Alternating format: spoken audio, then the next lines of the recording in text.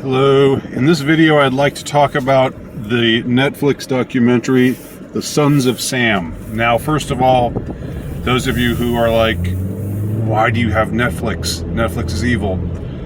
Look, this isn't time for that debate. I'm not, it's a worthwhile debate to have, given that Netflix is essentially an arm of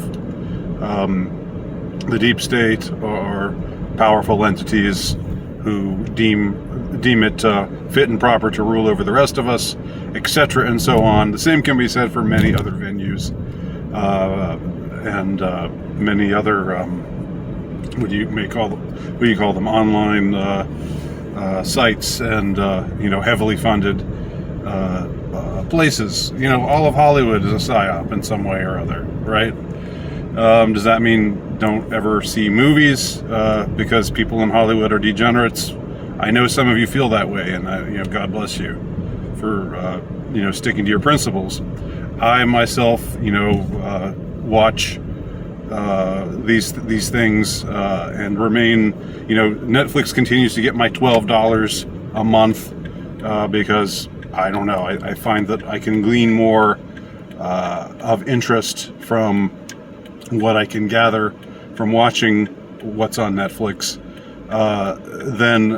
than I would really hurt them by you don't get my $12 a month anymore, Netflix, take that. Like, that would be anything like a drop in the bucket would be exaggerating considerably. Anyway, didn't mean to start off with this whole apologia business, but I know that there'll be some people who just be like, it's on Netflix, you shouldn't be watching it. So 2-minute mark, I will begin my discussion of the feature itself.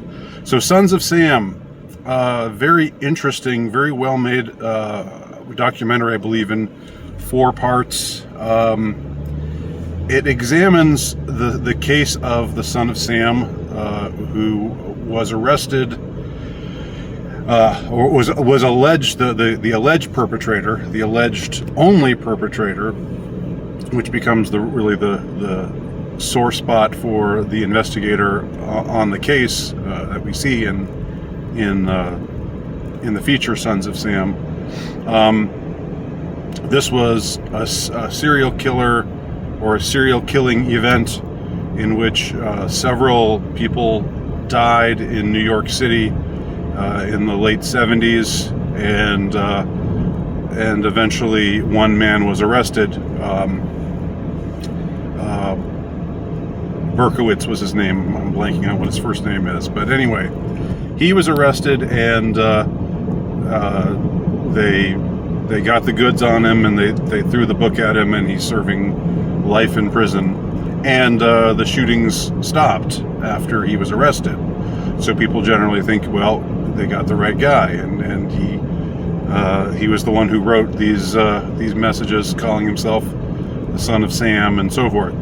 Well, there was one investigator who is covered in the feature Sons of Sam, who said, now wait a minute, there's plenty of evidence that this is not just limited to this one guy, that in fact there were certain shootings that happened where he was reported being seen somewhere else. There were witnesses who saw him like 2 minutes, or what would have been like 10 or 15 minutes away, 2 minutes before the murders actually happened. These murders were basically lovers lane kind of events, young couples who were parked I guess it was mostly in Brooklyn, if I'm not mistaken, although I might be mistaken, and who were shot, and some survived, and a lot of them were killed, but they were all shot by someone brandishing a .44 Magnum, and not a .44 Magnum, but just a .44, right? I don't know my guns. So anyway, this feature, Sons of Sam, hones in on the investigator, this guy who basically became obsessed with the case, and who found all kinds of evidence. I won't go into it here, but if what the documentary reveals is true, it seems quite compelling. Evidence that Berkowitz was not the only person involved in these shootings, that it was actually part of a cult, and that there were, satanic. There was a satanic character to the entirety of this cult, and how they there was what do we call it? Like a kind of ritualistic aspect to the murders as they were carried out. So here's what here's my main issue. The main thing that really preoccupied me, and interestingly enough, it's tied in with what I was discussing in the first 2 minutes of this video, and that is, why are we seeing this on Netflix?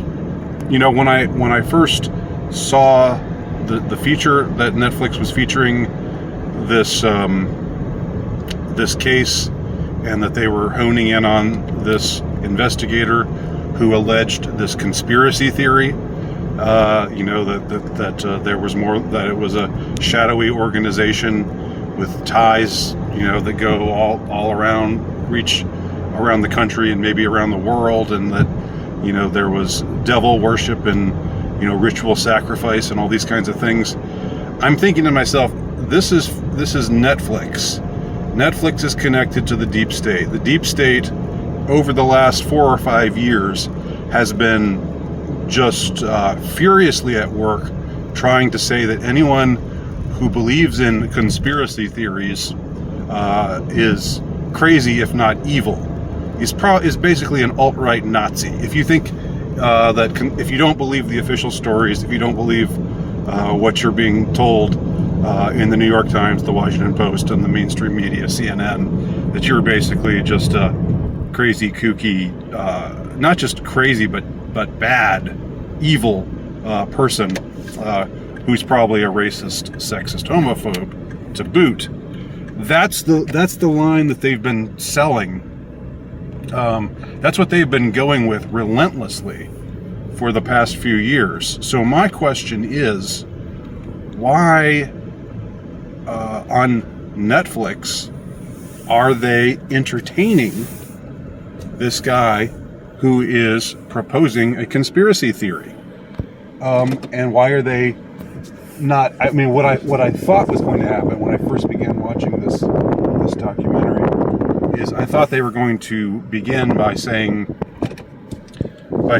this this investigator, this person who was looking into this case, by making him seem credible at first, but then sort of taking him apart and showing him to just be this crazy, obsessed lunatic who just got so obsessed with the case that he just couldn't see, couldn't get the bird's eye view of what was really happening, and just sort of that they would do this number on this guy, especially because they show him, like in the 80s, being affiliated with these groups that are now called satanic panic groups, and he is alleging a satanic conspiracy. So what I'm left wondering, and I don't have the answer to, is why is Netflix why is this arm, this streaming service, which is basically funded, owned, and operated by the organs of the ruling class, why are they giving oxygen to conspiracy theory in this case? What's their angle? Because there's got to be something. There's got to be some reason why they are just doing a 180 here and saying, oh, this guy who challenged conventional wisdom, who believes in this conspiracy, who believes in deep, dark satanic cult rituals, he was onto something. He really had he had a lot of evidence. He was it doesn't portray this investigator in a perfect lens, but it basically shows him as somebody who was a man of integrity and who was onto something. So why is Netflix, I guess that it seems that there's some kind of double game, there must be, they must be playing multiple games, there must be multiple operations afoot, right?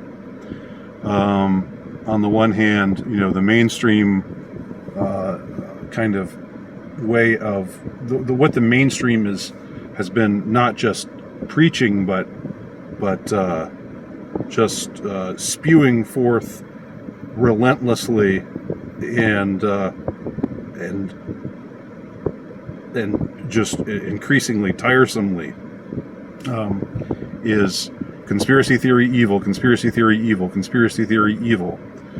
Now they do that on the one hand, but on the other hand, it's somehow in their interest in some way to say conspiracy theories, well, there might be something to it here with Son of Sam. And the thing is, if you start, you can say, yeah, this is just one limited case. But if you start peeling away layers, it leads to other things. If you start questioning, why did the NYPD just not investigate, not look into all of these loose ends in this case, then that gets you to wondering, what are we being told by the authorities that's real, and can we really trust what we're being told? Which sounds dangerously close to conspiracy theory, and the New York Times, of course, ran an op-ed saying, don't be a critical thinker. That doesn't really help you out. Critical thinking is really overrated, and they actually ran that story, as I say in a prior video, as I covered in a prior video. So now they want us to critically think, about this case. It's strange, and now they, again, of course, now they also want us to believe in aliens, which they had ridiculed and mocked. And I don't know whether I believe in aliens or not, but I do know that the established authorities basically said that it wasn't true, that it wasn't real, and that you're kooky if you believe it. And now they want us to believe it. So something is afoot, is all I'm saying. What is it? I don't know, but I'm interested in anybody's thoughts on the matter. Thanks for watching. My name's Andy Nowicki. You can check out my work at altrightnovelist.com.